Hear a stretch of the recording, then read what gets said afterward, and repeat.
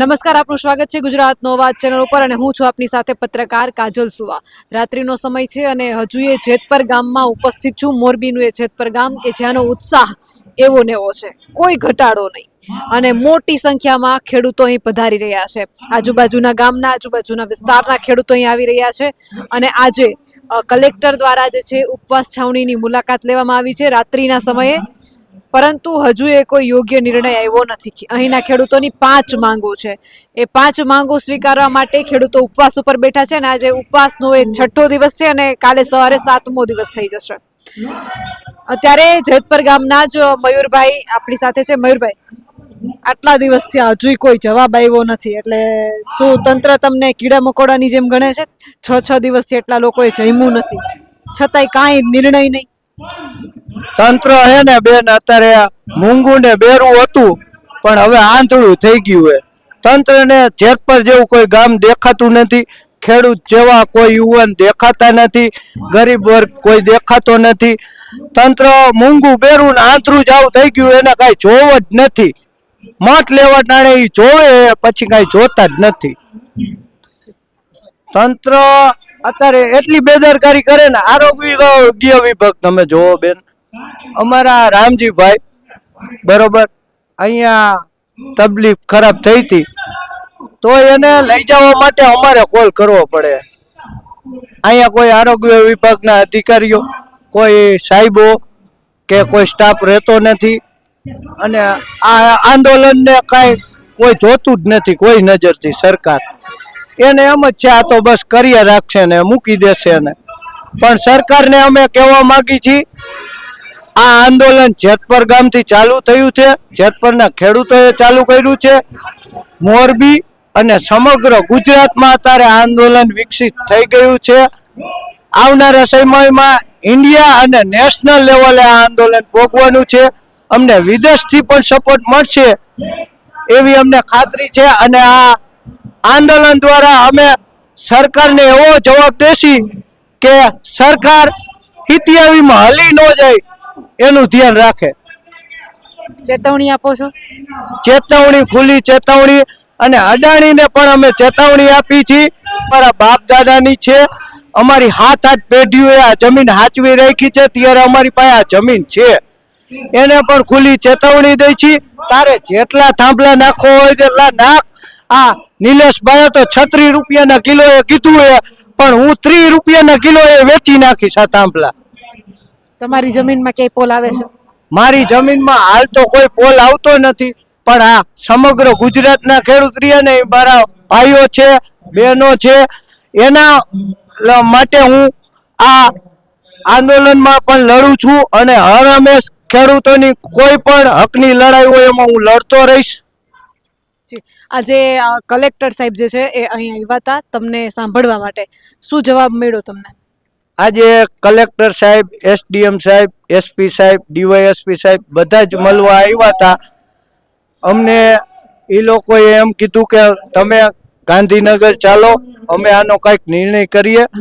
અમારો સખત એક જ જવાબ હતો કે અમારે કોઈ અહીંયા એવી ચર્ચા કરવી નથી અને ગાંધીનગર અમારે જવું નથી। અમે આ ઉપવાસ આંદોલન ચાલુ રાખ્યું છે, સમગ્ર ગુજરાતના ખેડૂતોને ન્યાય મળે, ના કે જેતપર ગામના ખેડૂતો, ના કે મોરબીના ખેડૂતો, સમગ્ર ગુજરાતને ન્યાય મળે। અને સરકાર જ્યારે પરિપત્ર બારે પાડે અથવા એની જાણ કરે અને એની ખાતરી આપે ત્યારે જ અમે આંદોલન સમાપ્ત કરીશું, અન્યથા અમે આંદોલન ચાલુ રાખશું। અત્યારે હાલમાં ગાંધી ચિંધ્યા માર્ગે અમે આંદોલન કરી રહ્યા છીએ। આવનારા સમયમાં 5-3 આંદોલન આવશે, એ સરદાર ચિંધ્યા માર્ગે અમે કરશું અને સરકારને ને અદાણીને ચેતવણી છે કે શાંતિ સમજી જાવ તો સારું છે, નકર તમે અહીંયા ગુજરાતમાં તો ઠીક પણ ઇન્ડિયામાં પગ મૂકવાને લાયક નહીં રહ્યો અને તમને વિદેશ ફેંકી દેશું। પાર્ટ 3 શું હશે?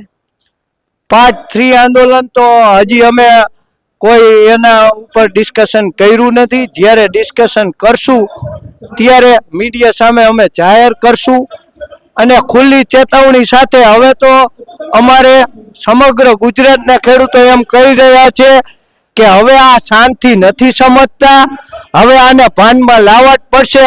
તો સમગ્ર ગુજરાતના ખેડૂત તૈયાર છે અને આ સરકારીને અમે ભાનમાં લાવીશું. બીજું કે મોટી સંખ્યામાં અહીંયા ખેડૂતો આવી રહ્યા છે. 6 દિવસનો ઉપવાસ થયો છે. હવે આમ કેટલા દિવસ બેસવું છે કે હવે તમારી સહન શક્તિ ક્યારે પૂર્ણ થશે? અમે બેન આખા ગુજરાતના ખેડૂતોનો ન્યાય લેવા નીકળ્યા છીએ, તો સહન શક્તિ તો ખેડૂતને રાખવી જ પડે. પાર્ટ 2 ની લિમિટ કેટલી છે હવે? પાર્ટ 2 ની લિમિટ હાલ તો ચાલી રહી છે, પણ ટૂંક સમયમાં અમે પાર્ટ 3 નો આગાસ પણ કરીશું અને એના નંબરિયા પડશે ને તોય અડાણી હલી જશે. જો પાર્ટ 3 ચાલુ રહેશે ને આમનામ તો 87માં ગુજરાતની ભાજપ સરકાર પણ હલી જશે. ખેતરોમાં કામ ચાલુ છે? ખેતરમાં હાલમાં કામ ચાલુ છે. મેં તમને કીધું એમ સરકાર આંધળી બેરી મૂંગી એ કાંઈ જોતી જ નથી, આ કંપનીને કાંઈ કહેતી નથી. મને તો એવું લાગે આ મોદીનો કાંઈક બાસિયાભાઈ હશે, અદાણી ને અંબાણી. બીજું કે અહીંયા ઉપવાસ ઉપર એટલા લોકો બેઠા છે, તો ઉપરથી કઈ પ્રેશર આવે છે? પ્રેશર તો ઘણા આવતા જ હોય બધાને, પણ આ જેતપુરની જનતા છે, આ જેતપુરના ખેડૂત છે, આ અન્નના દાતા છે. આખા ગુજરાતમાં અને ઇન્ડિયામાં ને વિશ્વમાં અન્ન પેદા કરીને પહોંચાડે છે ને લોકોને ખવડાવે છે. અને 18 વર્ણને આ ખવડાવતો ખેડૂત છે. કોઈ દી પોતાના માટે જીવો નથી, હર હંમેશ બીજાના માટે જીવતો આ ખેડૂત છે. તો આ ખેડૂત જરૂર ન્યાય લેશે. આંદોલન શા માટે બિન રાજકીય રાખવું પડ્યું? કેમ કે શરૂઆતમાં આંદોલનને એટલું બધું રાજકારણે ટેકો આપ્યો છે, તો હવે રાજકારણને બાકાત રાખવું યોગ્ય છે? રાજકારણ બેન જ્યાં આવે ને ત્યાં સેટિંગ થાય, સમાધાન ન થાય. જો યોગ્ય નિર્ણય લેવો હોય સરકાર પાસેથી તો ખેડૂતોને એકલાને લડવું પડે, ગરીબોને એવા સામેલ કરવા પડે. પણ આ રાજકારણીઓને સામેલ ન કરાય, કારણ કે રાજકારણીઓ હંમેશા સેટિંગ જ પાડતા હોય. કોઈ પણ રાજકારણી આવે તો એ પોતાના માટે જ આવતો હોય છે, અહીંયાથી કાંઈક લઈને જાય છે, અહીંયા ખેડૂતોને કાંઈ દઈને નથી જતો આ રાજકારણી.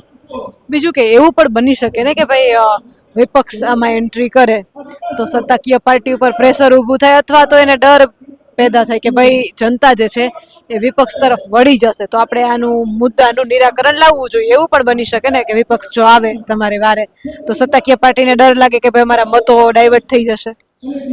વિપક્ષમાં તમે કયો ને બેન, મને તો આમાં એકય પાર્ટી વિપક્ષ જેવું કઈ લાગતું જ નથી. કેમ કોંગ્રેસ કે આપ તમને વિપક્ષ જેવી નથી લાગતી? કોઈ પાર્ટી મને વિપક્ષ જેવી લાગતી નથી, કારણ કે બધા ચોર માસી છે, બધા ભેગા થઈને મિલી ભગત કરીને ખાધાવારી કરે છે અને આ સરકારને ગરીબો, આ ખેડૂતને ગરીબોને પાયમાલ કરી નાખે. ગાંધીનગરમાંથી જ્યારે પાછા આવ્યા ગામનો માહોલ કેવો હતો? ગામનો માહોલ તો અમારે બેન નક્કી જ હતું, આંદોલન પાર્ટ 2 ચાલુ કરવાનું જ છે. આનો નિર્ણય આવે તો સારું, પણ અમને નહોતું લાગતું કે આ ટ્રેક્ટર લેવી આંદોલનથી સરકાર માની જશે. કેમ એવું લાગતું હતું? કારણ કે 40 વર્ષથી આ સરકાર તો માનતી નથી, તો અત્યારે એટલી જલ્દી માની જાય એવું લાગતું નથી. હવે પાર્ટ 2 માં નહીં માને તો પાર્ટ 3 તમારે કરવો પડશે, તમે કીધું છે. પાર્ટ 3 કેવો હશે, અમને થોડી ઝલક તો આપો.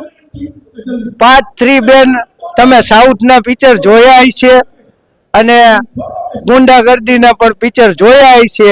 એ પિક્ચર જોઈ લેજો ને તમે જાણી લેજો કે પાર્ટ 3 આવો હશે.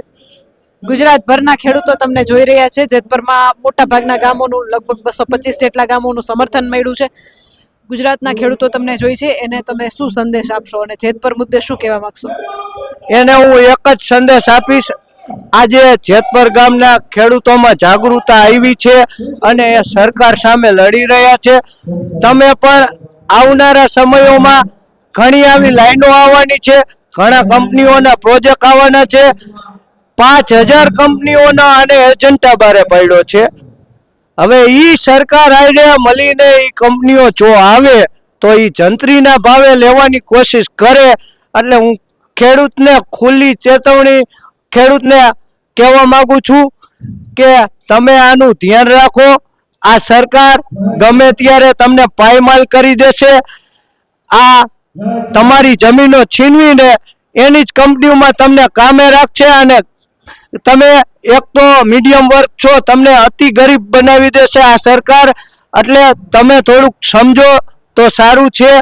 આવનારા સમયમાં તમારા છોકરાના ભવિષ્ય માટે, તમારી જમીન બચાવી રાખવા માટે તમે આમાં આગળ વધો અને સરકારને જવાબ આપો કે અમે આવ્યું સહી નહીં લઈ, અમે આના સામે લડશું અને અમારો ન્યાય લઈશું.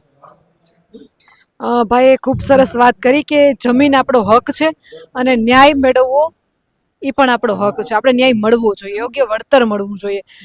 પણ સ્થિતિ એવી થઈ કે ના યોગ્ય વળતર મળ્યું કે ના યોગ્ય વર્તન થયું, એટલે ખેડૂતોમાં ક્યાંક ને ક્યાંક એ રોષ જોવા મળી રહ્યો છે.